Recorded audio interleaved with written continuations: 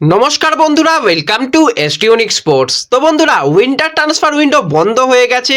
আমরা সকলেই ভাবছিলাম ইস্টবেঙ্গল কিন্তু কোনো ভারতীয় প্লেয়ারকে সাইন করালো না, কিন্তু হঠাৎই আজকে চুপচাপ যে ইস্টবেঙ্গল সইটা কমপ্লিট করে ফেলেছে তার একটা আপডেট বেরিয়ে আসছে।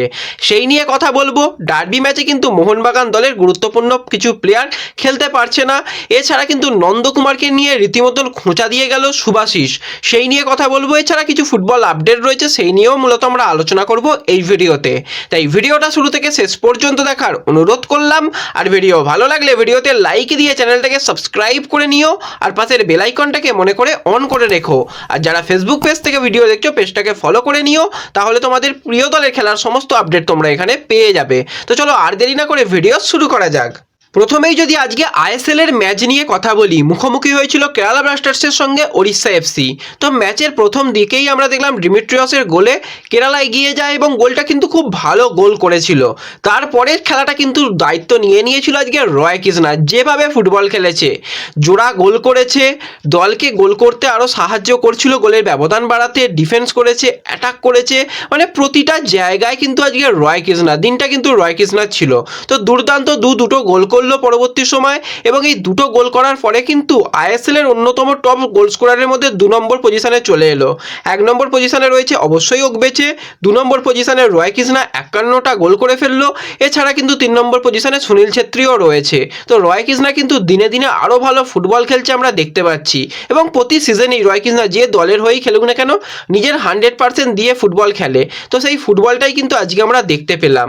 তো আজকের ম্যাচের কিন্তু অনেকে স্কোর লাইন প্রেডিকশন করেছিলে, অনেকেরই স্কোর লাইন প্রেডিকশান মিলেছে। তার মধ্যে ঝুমা, গণেশ, শুভজিৎ বিশ্বাস, আরেক শুভজিৎ, মানস, বিশাল, দীপ, সৌভিক, সাগর, অর্ণব, এছাড়াও কিন্তু আরও কয়েকজন কমেন্ট করেছিল সেখানে, কিশোর, এবং আরও 2-1জনের কমেন্ট হয়তো শেষের দিকে ছিল, আপাতত চোখে পড়ছে না।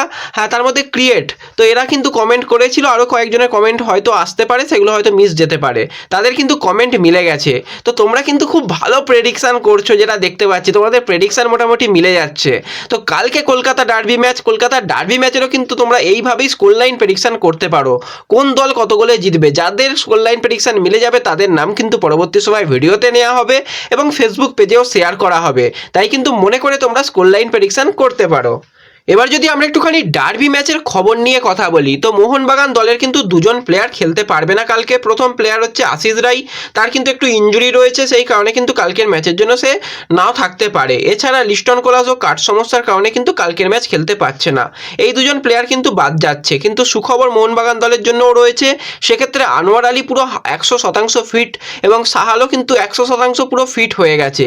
এবার তাদের কোচ কিভাবে ব্যবহার করবে সেটা হচ্ছে দেখার বিষয়। আনোয়ারকে প্রথম থেকেই ব্যবহার করা হবে, নাকি পরবর্তী সময় যদি দলের প্রয়োজন হয় সেক্ষেত্রে আনোয়ারকে ব্যবহার করবে কোচ, সেটা হচ্ছে দেখার বিষয়। কারণ অনেক দিনই কিন্তু আনোয়ার মাঠের বাইরে ছিল, এবং ডার্বি ম্যাচের মতন এই হাই ভোল্টেজ ম্যাচে প্রথম থেকে তাকে নেবার যে ঝুঁকিটা কোচ নেবে কিনা, সেটা হচ্ছে দেখার একটা বিষয় থাকবে। তো আজকে সাংবাদিকদের মুখোমুখি হয়ে কিন্তু সেখানে শুভাশিস, মোহনবাগান দলের ক্যাপ্টেন, রীতিমতো নন্দকুমারকে নিয়ে খোঁচা দিয়ে গেল।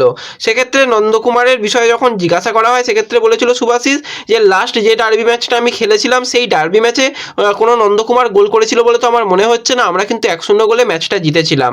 তার আগে কিন্তু নন্দকুমার এই সিজনে গোল করেছিল এবং দুর্দান্ত গোল করেছিল, এবং আমরা সুপার কাপেও দেখলাম নন্দকুমার গোল করলো। তো নন্দকুমারকে নিয়ে কিন্তু রীতিমতন খোঁচা দিয়ে গেল শুভাশিস। তো দেখার বিষয় ডার্বি ম্যাচে আবারও নন্দকুমার জ্বলে ওঠে কিনা। তা সেক্ষেত্রে যদি নন্দকুমার গোল করে, 3টে টুর্নামেন্টেই কিন্তু ডার্বি ম্যাচে গোলটা করে ফেলবে, এবং এটা একটা নয়া রেকর্ড তৈরি করে ফেলবে নন্দকুমার। তো আমরা দেখতে চাই কালকে নন্দের পারফরমেন্স কীরকম হয়। আর তোমরাও কি নন্দর কাছ থেকে গোল দেখতে চাও? অবশ্যই কিন্তু তোমাদের মতামত কমেন্টে জানিও। এবার যদি আমরা একটুখানি ইস্টবেঙ্গলকে নিয়ে কথা বলি, তো কালকেই তোমাদের জানিয়েছিলাম ইস্টবেঙ্গল শিবিরে অনুশীলন করেনি প্রভসোগান সিং গিল। তার একটুখানি শারীরিক সমস্যা রয়েছিল, সেই কারণে একটু ঠান্ডা গরমের ওয়েদার বলেইছিলাম যে ওয়েদারের পরিবর্তন, সেই কারণে তার একটু ঠান্ডা লেগেছিল।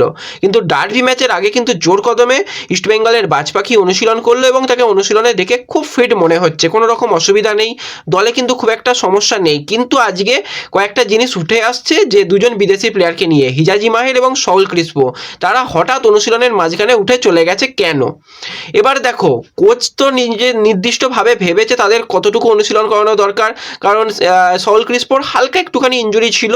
তো সেক্ষেত্রে তাকে নিয়ে কোনো রকম রিস্ক নিতে চাইছে না, যতটুকু প্রয়োজন, যতটুকু পরিকল্পনার দরকার ছিল ততটুকু তাকে করিয়েছে, এবং হিজাজির ওপর কিন্তু কালকে বড় দায়িত্ব থাকবে। এরকম ডার্বির ম্যাচ এবং একটা ম্যাচ যেটা হবে, দুটো দলই 50-50 অবস্থায় রয়েছে, দুটো দলই কিন্তু ভালো জায়গা থেকেই শুরু করবে, একদম হাই ভোল্টেজ ম্যাচ হবে। সেক্ষেত্রে হিজাজিকেও হয়তো এক্সট্রা কোনো প্রেশার না দেওয়ার জন্য তাকে নিয়ে যেতে পারে। তোমরা কোনো চিন্তা করো না, এই দুজন বিদেশি প্লেয়ার থাকবেই, এবং ইস্টবেঙ্গলের হাতে 4 জন বিদেশি প্লেয়ার রয়েছে, সেই 4 বিদেশি প্লেয়ারকে নিয়েই ইস্টবেঙ্গল নামবে, কোনো রকম অসুবিধা নেই। তো অনেকে এই নিয়ে কিন্তু ফেসবুক পেজে জানতে চাইছিলে, তোমাদের জানিয়ে দিলাম, আশা করি তোমরা বুঝতে পারছো। কোনো রকম চিন্তা করো না বিদেশি প্লেয়ারদের নিয়ে, তারা কিন্তু ঠিক আছে, তারা ডার্বি ম্যাচ খেলবে, অ্যাভেলেবেল থাকবে। এবার যদি আমরা ইস্টবেঙ্গলের নতুন সাইনিং নিয়ে কথা বলি, তো তোমাদের জানিয়েছিলাম নিখিল পূজারীকে ইস্টবেঙ্গল চেষ্টা করছে। নিখিল পূজারী যদি না হয়, সেক্ষেত্রে আই লিগের কোনো প্লেয়ারের সঙ্গেও কথাবার্তা ইস্টবেঙ্গল চালাচ্ছে। যারা ভিডিও দেখো তারা কিন্তু জানো। তো এই জিনিসটা বলেছিলাম, এবার তাকে সাইনিংটা আদেও কমপ্লিট করতে পেরেছে কিনা সেটা কোনো রকম জানা ছিল না। তো আজকে কিন্তু মার্কাস এই ব্যাপারটাকে জানিয়েছে, এবং মার্কাসের কাছে অনেকে জানতেও চেয়েছিল। সন্ধ্যার দিক থেকেই একটা রিপোর্ট ঘোরাফেরা করছিল যে ইস্টবেঙ্গল একজন প্লেয়ারকে সাইন করিয়ে নিয়েছে। তো প্লেয়ারটা কে সেটা এখনও পর্যন্ত নাম বেরিয়ে আসেনি, নাম বেরিয়ে এলে আমি ফেসবুক পেজে জানিয়ে দেবো। তো যারা ফেসবুক পেজে জয়েন হওনি, এই ভিডিও ডেসক্রিপশন বক্সের লিঙ্ক থেকে ফেসবুক পেজে জয়েন হয়ে যাও, সেখানে সমস্ত ইস্টবেঙ্গলের আপডেট বা সমস্ত ফুটবল আপডেটই পেয়ে যাবে। তো ইস্টবেঙ্গল একজন প্লেয়ারকে প্রি কন্ট্যাক্ট সাইনিং কমপ্লিট করে ফেলেছে, সেটা আই লিগের প্লেয়ার, এবং সে নাকি আই লিগে দুর্দান্ত ফুটবল খেলছে। নাম জানি না, এখন পর্যন্ত নাম জানি না, কিন্তু খুব ভালো প্লেয়ার। তাকে কিন্তু ইস্টবেঙ্গল প্রি কন্ট্যাক্টে সাইন করিয়ে নিয়েছে। যেই রকমভাবে জামশেদপুর লাল বেকাউইনা প্লেয়ারটা আইজলের প্লেয়ার দুর্দান্ত গোল করেছে, তাকে প্রি কন্ট্যাক্ট সাইন করিয়ে নিয়েছে, সে সামারে গিয়ে জামশেদপুরে জয়েন করবে। সেইভাবেই কিন্তু এই উইন্টারে প্রি কন্ট্যাক্ট একটা সাইনিং কমপ্লিট করে ফেলেছে ইস্টবেঙ্গল আই লিগের একজন প্লেয়ারের সঙ্গে। সামারে গিয়েই কিন্তু সে প্লেয়ার জয়েন করবে, সে কিন্তু বর্তমানে আই লিগে খেলছে। তো এটা কিন্তু একটা ভালো কাজ করেছে। এরকম যদি আরও কয়েকজন প্লেয়ারকে প্রি কন্ট্যাক্ট দিতে পারতো ইস্টবেঙ্গল, সেটা কিন্তু পরবর্তী সময় ভালো হতো। কারণ পরবর্তী সময় এবছর এই 2024 মরশুমে ইস্টবেঙ্গল এএফসির মতন বড় টুর্নামেন্ট খেলবে। তো এএফসি ডিটেলসও ফেসবুক পেজে শেয়ার করা আছে, তোমরা দেখে নিতে পারো। তো সেক্ষেত্রে ইস্টবেঙ্গলের স্কোয়াডকে বাড়াতে হবে। বিদেশি প্লেয়ার এএফসিতে তোমরা অনেকেই হয়তো জানো যে 11 জন বিদেশি প্লেয়ারকে নিয়েই খেলা যাবে। সেক্ষেত্রে বিদেশির সংখ্যাও বাড়াতে হবে, এবং এখন থেকেই কিন্তু পরিকল্পনা আস্তে আস্তে করতে হবে। একটা সুপার কাপের মতন টুর্নামেন্ট জিতে কিন্তু এশিয়ার মঞ্চে গেছে, তো সেখানে নিজেদের ছাপ ফেলতে চাইবে ইস্টবেঙ্গল। সেইভাবেই কিন্তু এই সাইনিংটা আমি বলবো ভালো সাইনিং হয়েছে। তো তোমরা এই আপডেটটা পেয়ে কতটা খুশি হয়েছো কমেন্টে জানিও। আর এই ভিডিওতে এইটুকুই ছোট্ট আপডেট তোমাদের সঙ্গে শেয়ার করার ছিল। ভিডিও ভালো লাগলে ভিডিওতে লাইক করে দিও, চ্যানেলে প্রথমবার এলে চ্যানেলটাকে সাবস্ক্রাইব করে দিও, ফেসবুক পেজ থেকে যারা ভিডিও দেখছো পেজটাকে ফলো করে নিও, আর ভিডিও সকলের সঙ্গে একটু শেয়ার করে দিও।